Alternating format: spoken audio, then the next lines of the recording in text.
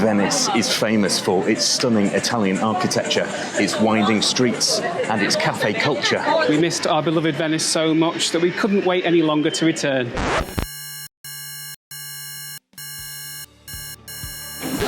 This is Albania. Welcome to Shkoder, the Little Venice of the Balkans.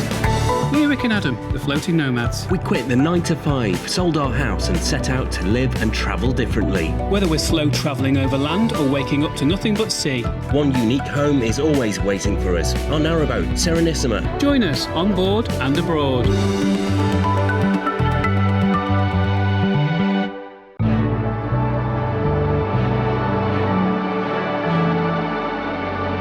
Shkodra is a city of breathtaking contrasts, from the elegance of its Italian-inspired streets to the chilling shadows of a dark communist past. We're uncovering a century of hidden memories, scaling an ancient fortress and escaping to the tranquil shores of southern Europe's largest lake. This is the cultural heart of Albania, and it's completely unforgettable.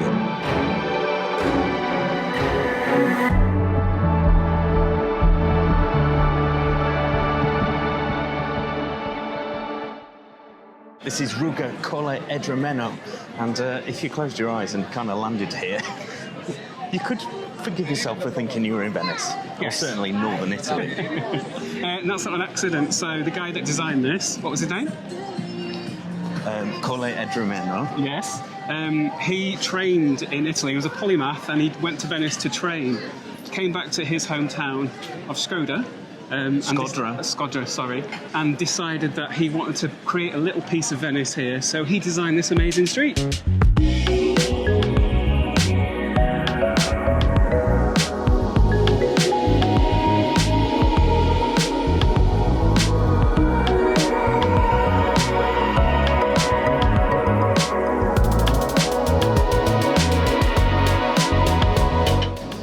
So when the rest of the Balkans were still under Ottoman rule in the 1800s, he wanted to create his own little haven, his own little Venice here in Albania. So he brought back the pastel colours that you see here, and obviously in Venice as well. He brought back the symmetrical windows. He just brought back the whole vibe. And what he created was not just an architectural street, he created a whole cafe culture.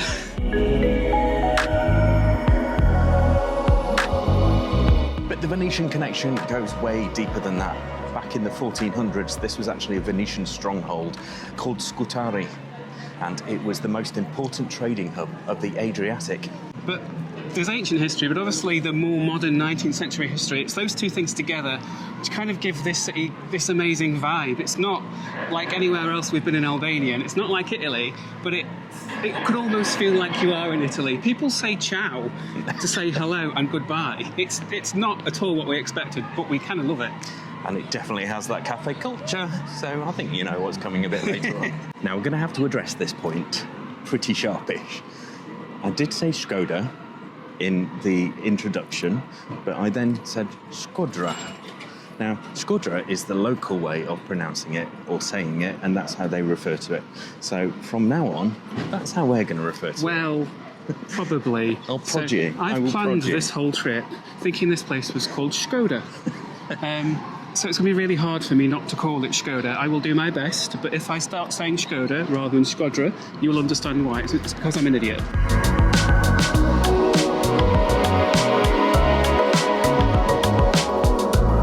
It's time to delve a bit deeper and get some more details about Shkodra itself.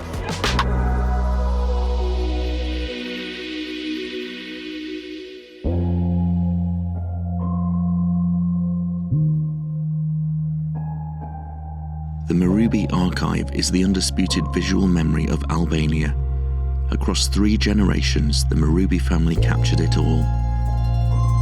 You see the city's grand eras through their lens, but as you move through the exhibits, the tone abruptly shifts. The shadows of 1944 creep in.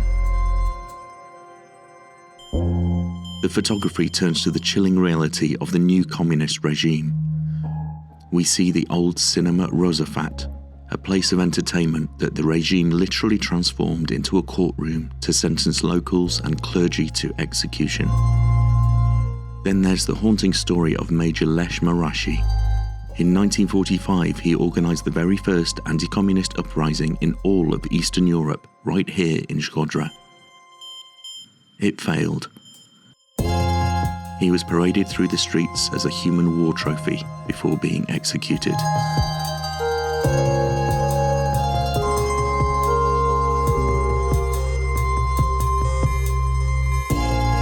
Seeing these faces frozen in time completely changes how you look at the city outside. It's this sobering, heavy context we need before stepping into the dark walls of our next location.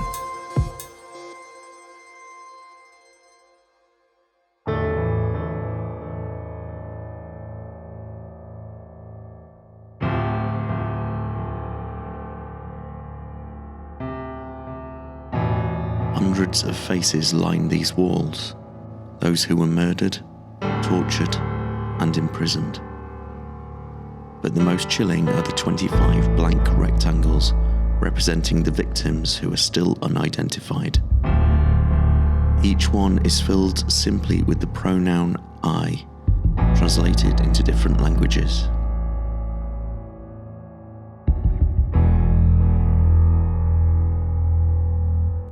So in the 40s, when communism came to rule Albania, and this place got confiscated and it got turned into a pre-trial detention centre. Yeah, it was a college for a religious college, a Catholic religious college before, and then it got turned into a prison. So lots of torture and executions, and we're about to go and see the cells.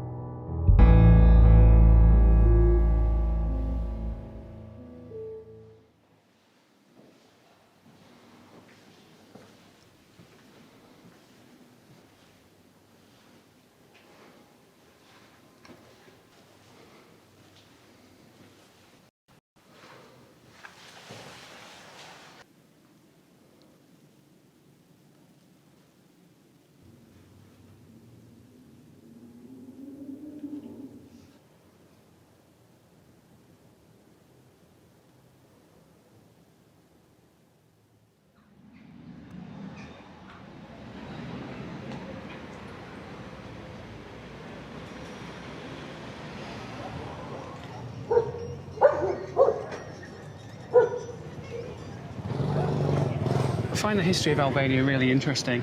There's such a lot going on, it's so rich. It's been conquered over the years by so many people. There was the whole bit with communism from the 40s through to the 1990s. There's tons there that these people have kind of had to endure and go through. And with this massive mosque behind me, I want to say a word about religion in this city. So, for a very long time, different religions have basically lived in harmony with each other. So there is obviously this massive mosque behind me.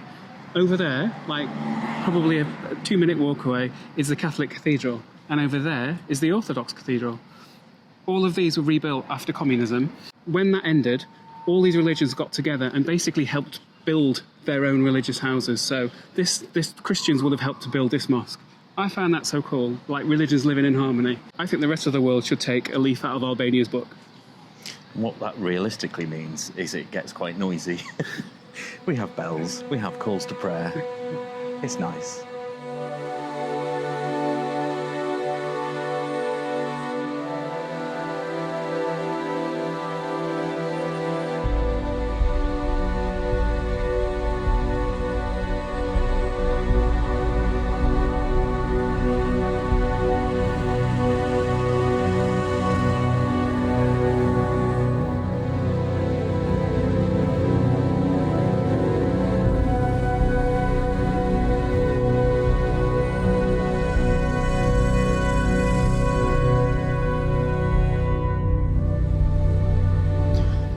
The most ornate of churches. There's a reason for that though. So in the communist period, this was closed because religion wasn't allowed, and it was turned into a gym.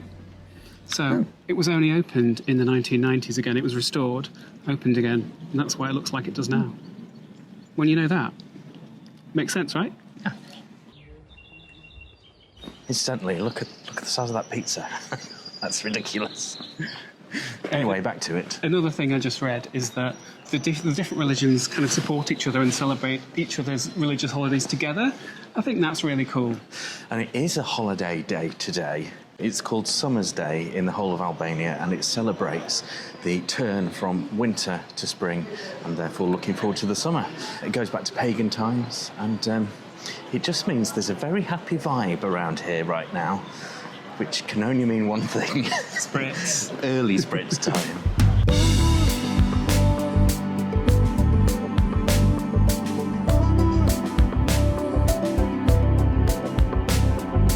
It is cool just to wander. It's so pretty. Yeah, it is, and we keep just turning corners and more of it appears. So if you do come here, don't just stick to the main Venetian Boulevard. Keep exploring.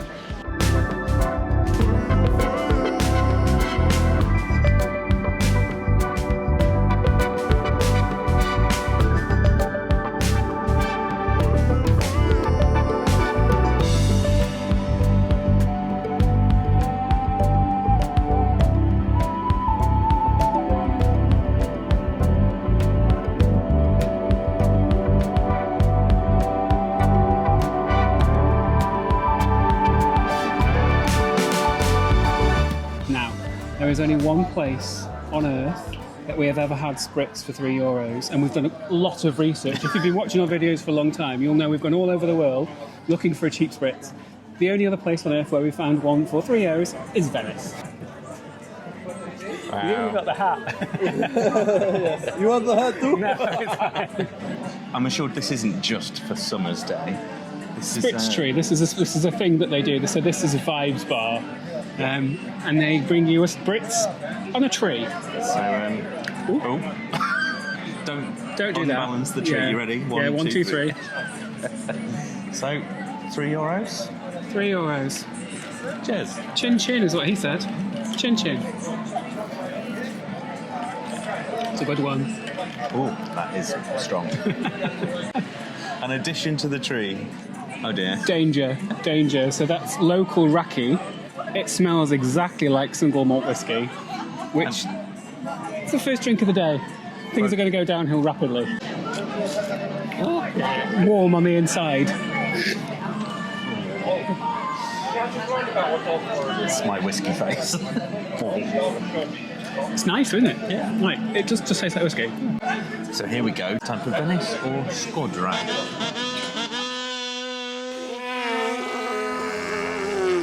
That one was Shkodra. That one was also Shkodra. See where this is going. That one was Venice. It was Venice, yeah. We have got dinner booked later. So, It's going to be quite messy. No, it's not, because we're just going to have one, aren't we? Yes, of course. Yeah, so we're going to a traditional Albanian, like a villa, converted villa. It's converted into a restaurant. So we're going to have some hearty Albanian food and finally try the local Albanian wine. Better finish this first.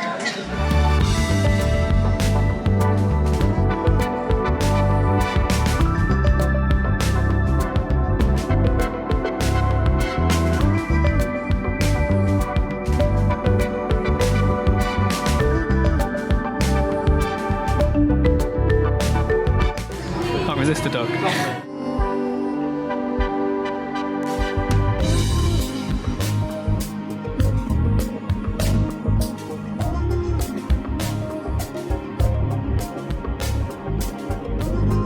As you've just seen on screen, we are so lucky to have some support from our friends of the Nomads and from the Nomads Club.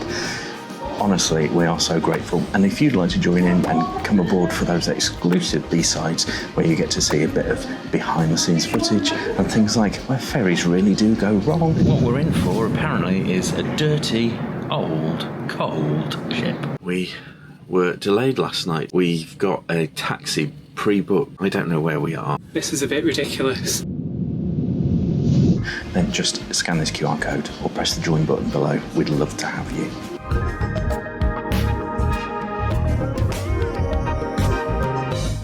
So what are you thinking? We're going traditional? Yeah, pasta is traditional in Albania, so I'm probably going to have pasta. Yeah. Pasta. Venetians bought it, yeah.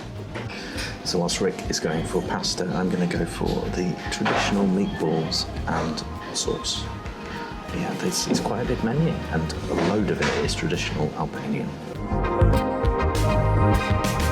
And this could get dangerous.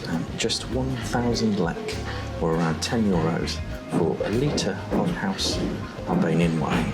White tablecloth. One of these is going to be a mess. Concentrating so hard. I'm pleased to say, although it wasn't on the menu, there was a half-litre option. So we're being good. We've gone for that. What do we think about the Albanian wine? Very nice. That tastes a bit like a Primitivo. I don't know what it is, but it's so nice. Well, it's a lot cheaper. Yeah, it's €5 for half a litre, so I'm all right with that. In a restaurant. Faleminderit. Please be careful, you don't touch. Okay.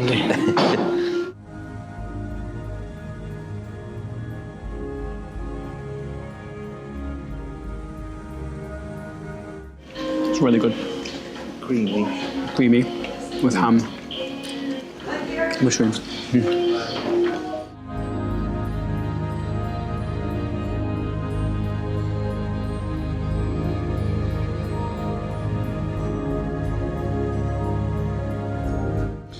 The sauce is amazing. It's thick, it's rich. It's like a really thick red wine jus. And the meatballs were stuck to the bottom of the pot that they came in. So I presume they were kind of cooked at the end in that pot, and they kind of stuck to the bottom, and they're quite crispy.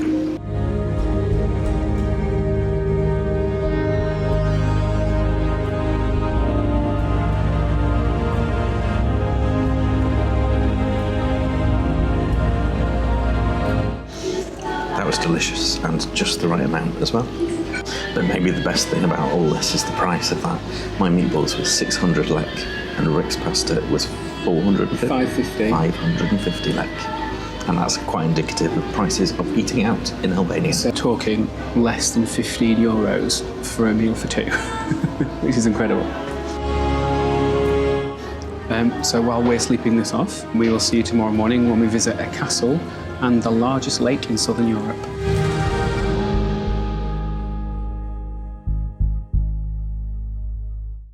So here we are at Rozafa Castle, and it's just a 15-minute drive, taxi ride. And then a hill. And a hill. But had we walked here or got bikes, we'd have had to walk the whole hill. Yes. The taxi at least got us to the gates. And that cost €10 to get here from the city, which is fine.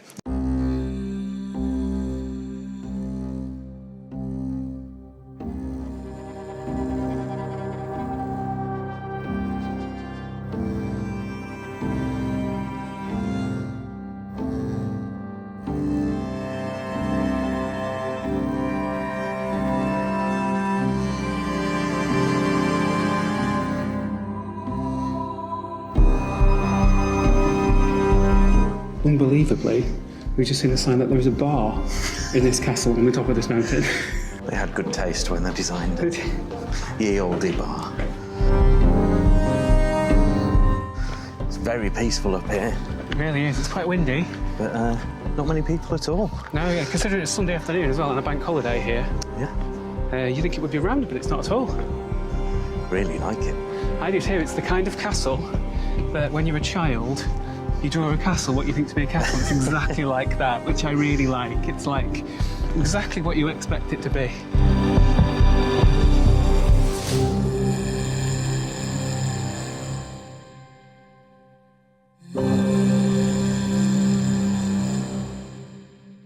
This castle has a bit of a spooky legend.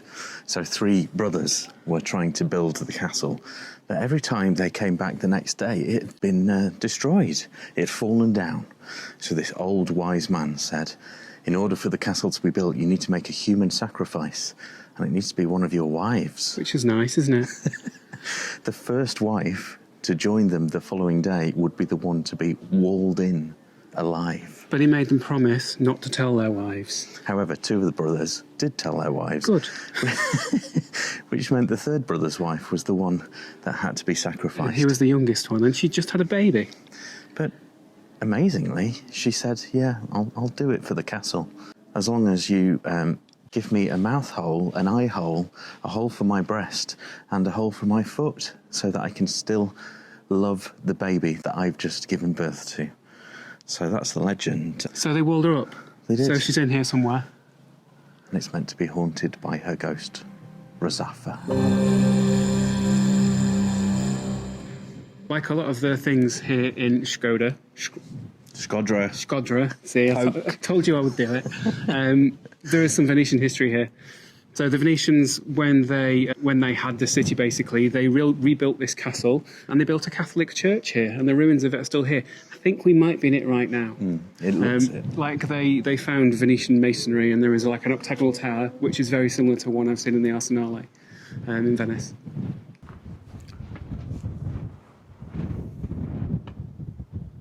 It is a huge place, and it was strategically placed next to where 3 rivers meet.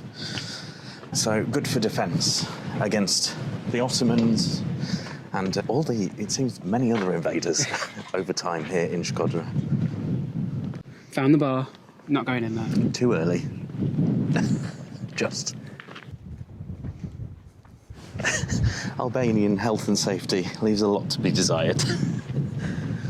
It's not exactly securely covered up, that, and it does drop down quite a way. Well worth the 10-15 minute drive out of town. Absolutely. Just so peaceful. Nice way to spend an afternoon. So, yeah, highly recommend. And it was only €4 entry to the whole grounds. You're not allowed any further, Rick. Oh, God. Neither are you. Come back. Adam. Just like when we were in Tirana, the whole place is ringed around with mountains. I think these ones are higher, though, because I can see snow. Yeah. Spectacular scenery. It really is. It's just beautiful. And the Buna River there flows directly into the lake. The Boomer River. Buna? Buna, as in... Not as in the curry, Oh, B-U-N-A. Okay. No H. Yep, straight into the lake Shkodra. The lake looks absolutely amazing today. Like, the colour of this light on the water. Well, it's good that we're going there next, Yeah, isn't it? looking forward to that. Where we're going to get a short taxi ride to the nearest town, which sits directly on the shore of the lake, called Shkodër.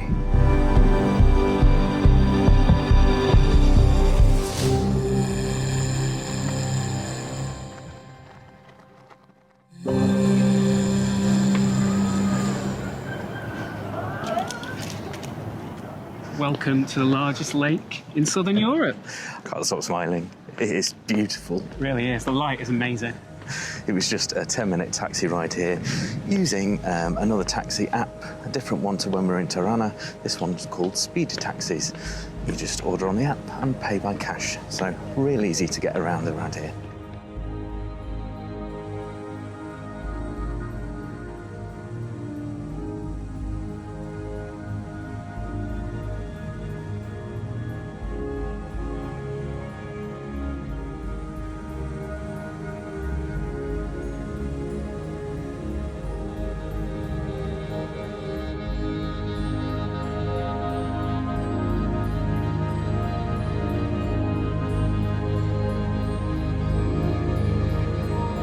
What a really nice little town. It feels so alpine. But also seasidey. Yeah, it does. It's a good vibe. Yeah, it's really nice. It feels like it could be in the Italian lakes or like a lake in Switzerland. That's the sort of vibe there is going on. Of course, it is the Alps, though. It is the Alps. It's part of the Alps. It's the Albanian Alps, but it's the same The very mountain bottom. range of the Alps that go through Switzerland and Austria and Italy, etc. Yeah. There is an overriding smell of like frying fish, and I think it's probably a local carp. Yes. Baked carp. Baked actually. carp. I don't fancy it. Carp's a goldfish. Is it? Yeah, it is. What is it? A goldfish is a kind of carp. Yeah, I just don't fancy eating a goldfish. Do we not eat them in the UK? No, we don't eat carp in the UK. So you're not trying the local delicacy from this town of I mean, Shkodër. I've had goldfish as pets. It doesn't feel right to eat one.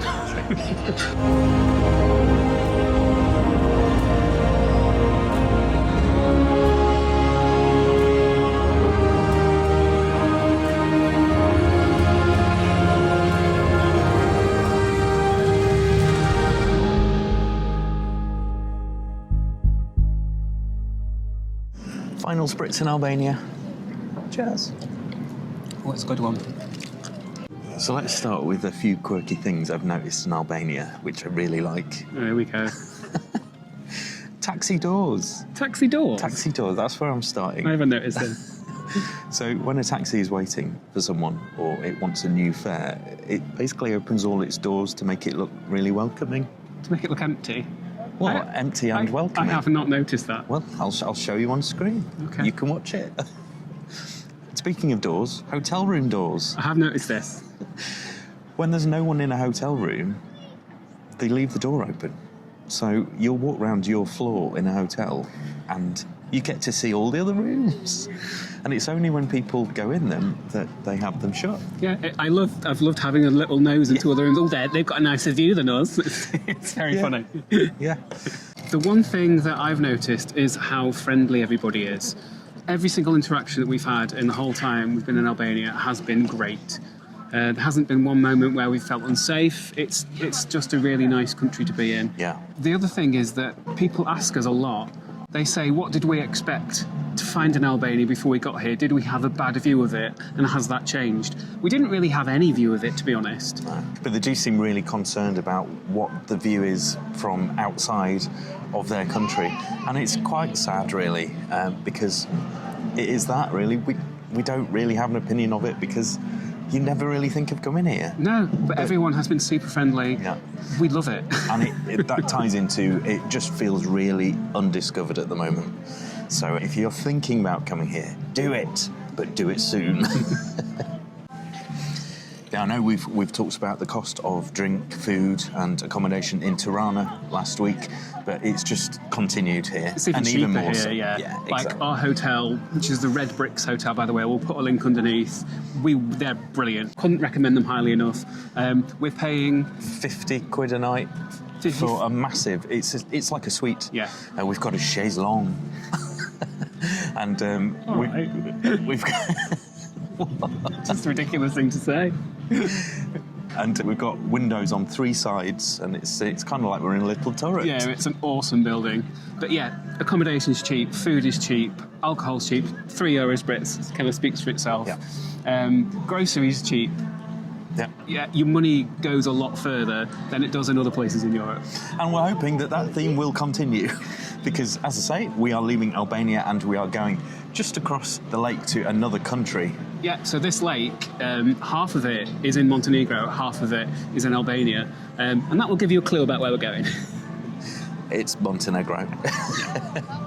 If you like what you've seen, please do give it a thumbs up and subscribe. And comment. We love hearing from you. We read every single comment and we reply to as many as we possibly can, which is pretty much all of them. Hope you've enjoyed Albania as much as we have, and next week we'll see you in Montenegro. Bye. Bye.